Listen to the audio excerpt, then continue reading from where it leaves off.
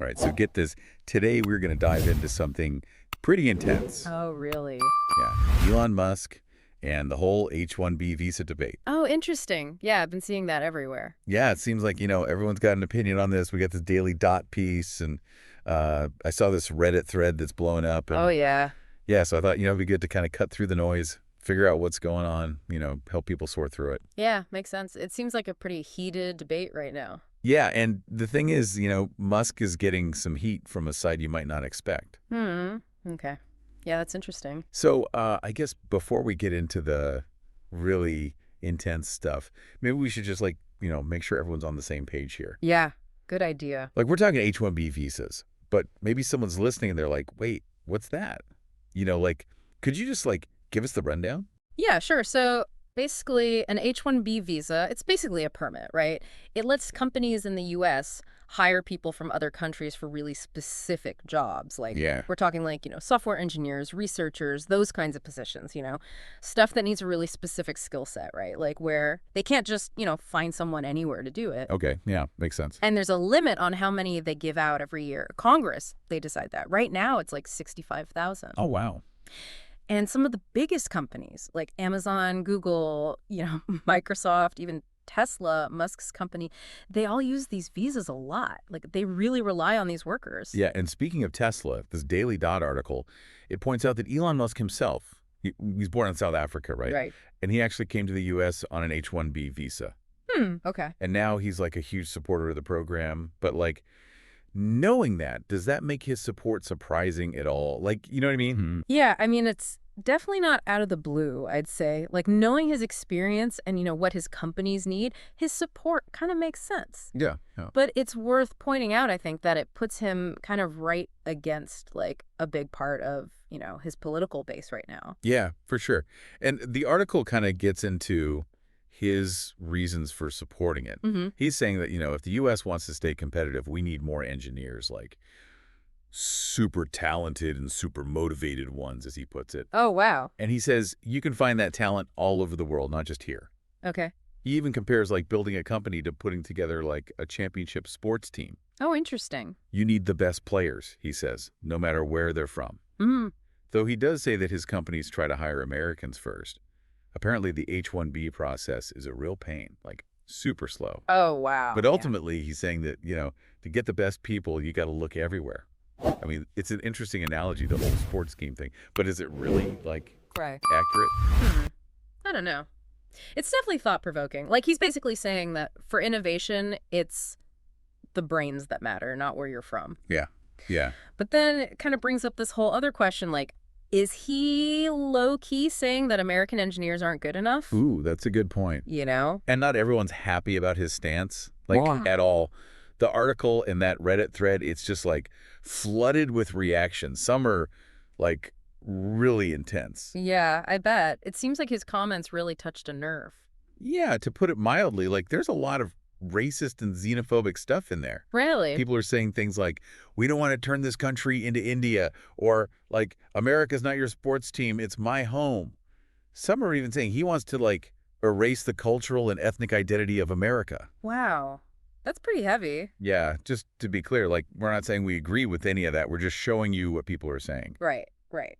It's still important to acknowledge those reactions, though. Yeah, for sure. It just shows how, even the idea of economic anxiety, even if it's not real, it can still make people xenophobic and racist. Yeah, for sure. And it's especially interesting because it's coming from people who, might usually be okay with immigration. Yeah, exactly.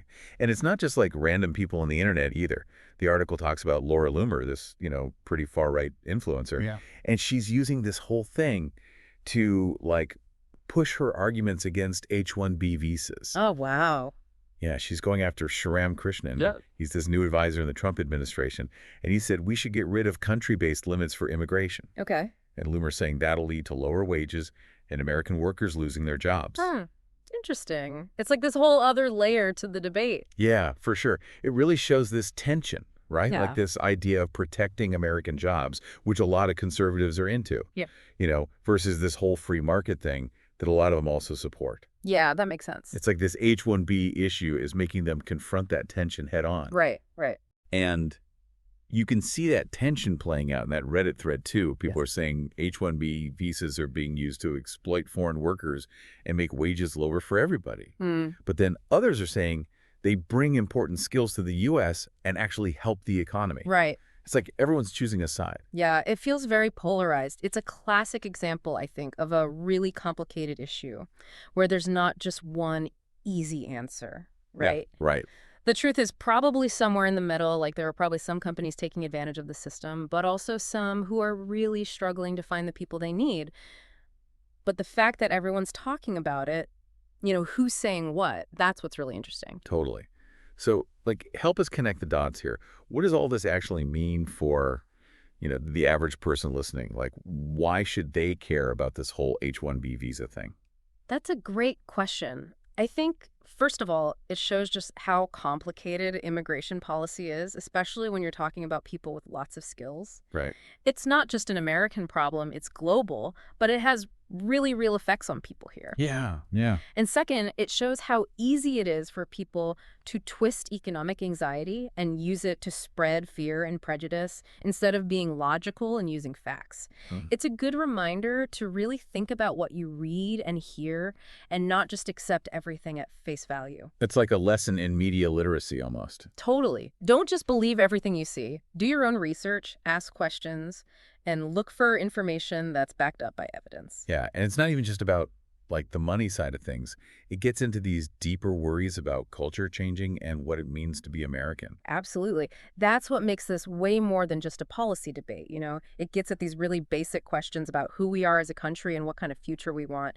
And this kind of brings us back to that, backlash that Musk is getting, which is kind of weird. Yeah. The Daily Dot piece talks about how some right-wing people who usually like him are now totally criticizing him for this whole H-1B thing. They're saying things like, the mask is off and accusing him of wanting to erase American culture and ethnicity. Oh, wow. It's like they feel like he betrayed them or something. Yeah, like he was supposed to be on their side. Yeah, and now he's going against everything they thought he believed in. It really shows how divided even groups that seem like they agree on everything can be. Yeah, for sure. Like, it's making them rethink, who Musk really is and what he actually stands for, Totally. And then there's this other guy, Ian Miles Cheong. He's mentioned in the Daily Dot article. I think he's based in Malaysia. But anyway, he's adding, another layer to this whole thing. Okay. He's basically saying that a lot of the negative stuff is coming from people outside the U.S. Oh, really? Yeah, maybe even, a planned thing to make Musk look bad and weaken America. That's a pretty serious accusation. Yeah, and it makes you wonder, how much influence do people outside the U.S. have on our politics? Yeah, and, is this all just, a bunch of lies and fake news to manipulate people? Right. It's we can't even talk about immigration without getting into this whole global power struggle. Yeah, it is kind of a rabbit hole, but it Yeah. shows that this whole debate is global now. Exactly. It's not just an American issue. It makes you think, how will this whole globalization thing affect immigration policy in the future? Are we going to be more open to immigration, or will we just stick to our own national stuff? It's hard to say. It feels like this whole Musk thing with his supporters turning on him, it's kind of like a sign of how things are changing in politics. Yeah, totally. It's not so much about being a Democrat or Republican anymore. It's more about personalities and what people are saying online, Yeah, it's all become more chaotic and harder to predict. Exactly. Nobody knows what's going to happen next. And that Reddit thread, it's a perfect example of that. Yeah. People are bringing up all these different points.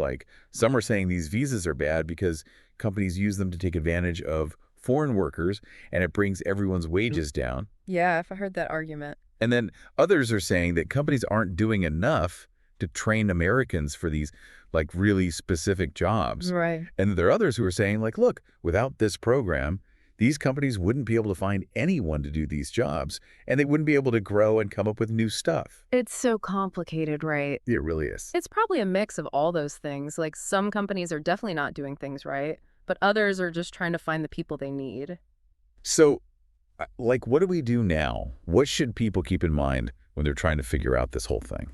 I think the most important thing is to just be aware of your own biases, we all come at this with our own experiences and opinions. Yeah. And if we realize that, it can help us talk to each other better, even when we disagree, Totally. And it's so easy to get caught up in all the emotions, especially online, where everyone's just yelling at each other. Oh, yeah. But Yeah, we need to, like, step back and try to see things from different perspectives. absolutely. And don't be afraid to, like, change your mind if you learn something new, you know? Yeah, be open to new information and be willing to, like, admit when you were wrong, you know?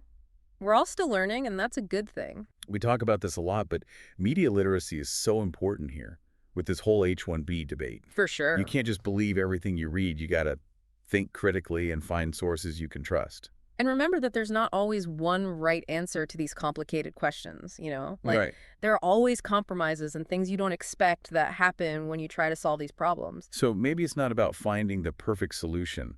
It's more about having these tough conversations and trying to find some middle ground where everyone can agree. Yeah, I think that's a good way to put it. It's about finding something that works for everyone, not just a few people. That's exactly. We've talked about a lot, but it feels like we've just scratched the surface. Oh, yeah, for sure.